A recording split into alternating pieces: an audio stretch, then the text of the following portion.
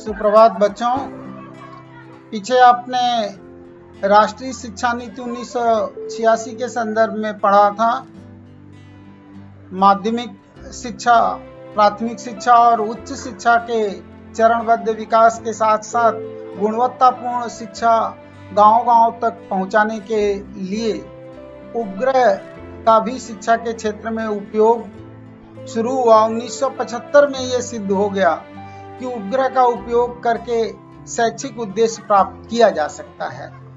इसरो के वैज्ञानिक सर एकनाथ चिटनिस ने इस कार्य में बड़ा योगदान दिया। अहमदाबाद के अंतरिक्ष उपयोग केंद्र के मार्गदर्शन में साइट नामक शैक्षिक प्रयोग किया गया जो सफल रहा और इसके आधार पर उपग्रह के माध्यम से शिक्षा प्रणाली इस अवधारणा को आगे बढ़ाया गया और ग्रामीण क्षेत्रों में उपग्रह द्वारा इस तरह से गुणवत्तापूर्ण शिक्षण प्रदान करने की सुविधा उपलब्ध की गई दूर दराज के गांवों तक। और इसी आधार पर ज्ञान की गंगा गांव-गांव तक पहुंचाने के लिए मुक्त विश्वविद्यालयों की संकल्पना रखी गई।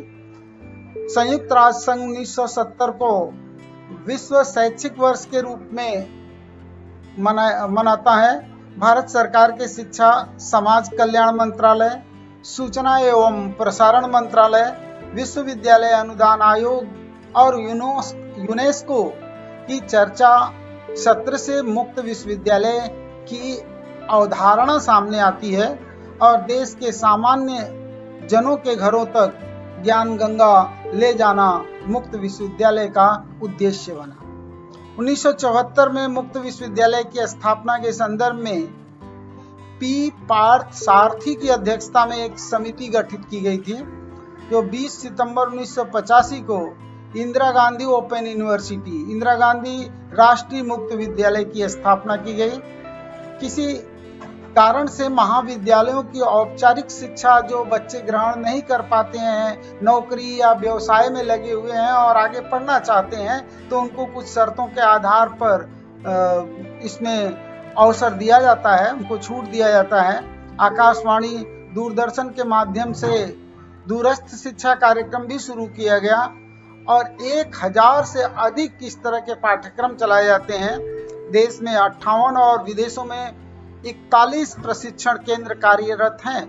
महाराष्ट्र में इस तरह की ओपन यूनिवर्सिटी नासिक में है जिसको यशवंतराव चौहान महाराष्ट्र मुक्त विश्वविद्यालय के नाम से जाना जाता है। आइए हम देखते हैं कि शिक्षा के क्षेत्र में क्या अनुसंधान कार्य किए गए और उन संस्थानों के बारे में जानते हैं जो शैक्षणिक क्षेत्र में महत्वपूर्ण भूमिका निभाते हैं। वैज्ञानिक अनुसंधान को बढ़ावा देने और अनुसंधान के लाभ सभी लोगों तक पहुंचाने के लिए council of scientific and industrial research की स्थापना CSIR 1950 में की गई, जिसमें भौतिकी, रसायन, औषधि, अन्न प्रक्रिया और खदान कार्य आदि क्षेत्र में अनुसंधान होते हैं।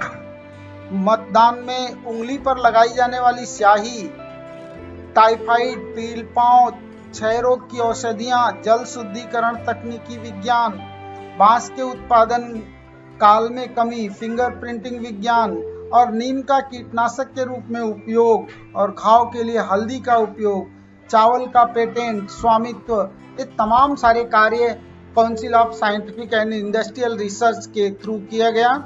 ऐसे ही संगणक के क्षेत्र में अनुसंधान कार्य करने वाली संस्था centre for development of advance computing, जिसको CDAC के नाम से जाना जाता है, 1988 में अस्तित्व में आई और डॉक्टर विजय भटकर के मार्गदर्शन में एक महासंगणक परम, जिसको 8000 कहा जाता है। इससे पहले 1969 में स्वदेशी बनावट का प्रथम संगणक ISIJU तैयार किया गया था।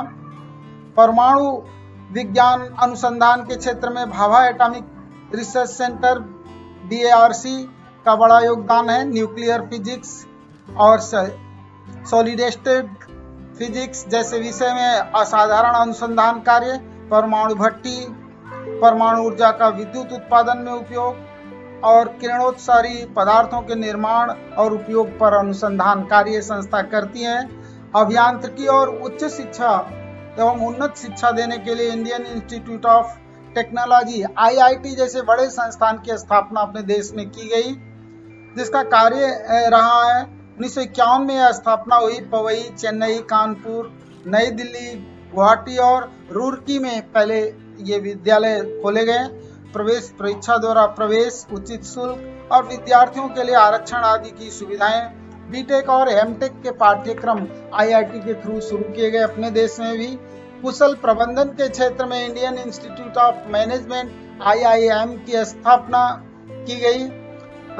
केंद्र और गुजरात सरकार ने अहमदाबाद में इस संस्थान की स्थापना की और अमेरिका के सहयोग से कोलकाता, बेंगलुरु, लखनऊ, कोझिकोडे, इंदौर और शिलांग में स्थापना हुई। ऐसे ही औद्योगिक आरेखन प्रशिक्षण देने के लिए नेशनल इंस्टीट्यूट ऑफ डिजाइन 1961 में ये अस्तित्व में आती है। बेसिक डिजाइन, ग्राफिक डिजाइन, वस्तुओं की डिजाइन और विजुअल कम्युनिकेशन पाठ्यक्रम के संदर्भ में आकाशवाणी सेट, गणक यंत्र और वस्तुओं का आरेखन किया जाता है। चिकित्सा के क्षेत्र में अनुसंधान और शोध कार्य करने वाली संस्थान भारतीय चिकित्सा अनुसंधान परिषद ICMR, ये 1949 में, यानी देश में सभी विश्वविद्यालयों, चिकित्सा महाविद्यालयों और शासकीय तथा अशासकीय अनुसंधान संस्थानों को अनुसंधान कार्य करने में ये सहयोग, मार्गदर्शन और आर्थिक सहायता देती है। ऐसे ही उन्नत शिक्षा और अनुसंधान को बढ़ावा देने के लिए all India institute of medical sciences AIMS की स्थापना की गई। चिकित्सा विज्ञान के स्नातक और स्नातकोत्तर पाठ्यक्रम के शिक्षा का दायित्व एम्स को दिया गया। आम लोगों को उचित दामों में चिकित्सा सेवा उपलब्ध कराना, परिचारिकाओं के प्रशिक्षण के लिए स्वतंत्र महाविद्यालय तथा हृदय रोग, मस्तिष्क विकार और नेत्र रोगों के उपचार केंद्र स्थापित किए गए। इसके through medical council of India की स्थापना 1958 में चिकित्सा क्षेत्र का विकास करने के लिए किया गया, जिसमें चिकित्सा क्षेत्र की गुणवत्ता का निकष निर्धारित करना, उसका निरीक्षण और जांच करने का कार्य। ऐसे ही कृषि क्षेत्र में अनुसंधान कार्य करने के लिए इंडियन एग्रीकल्चर रिसर्च इंस्टीट्यूट की स्थापना 1958 में की गई। बच्चों, कृषि क्षेत्र का विकास और अनुसंधान कार्य इस संदेश क्षेत्र में करना, इसका कार्य है।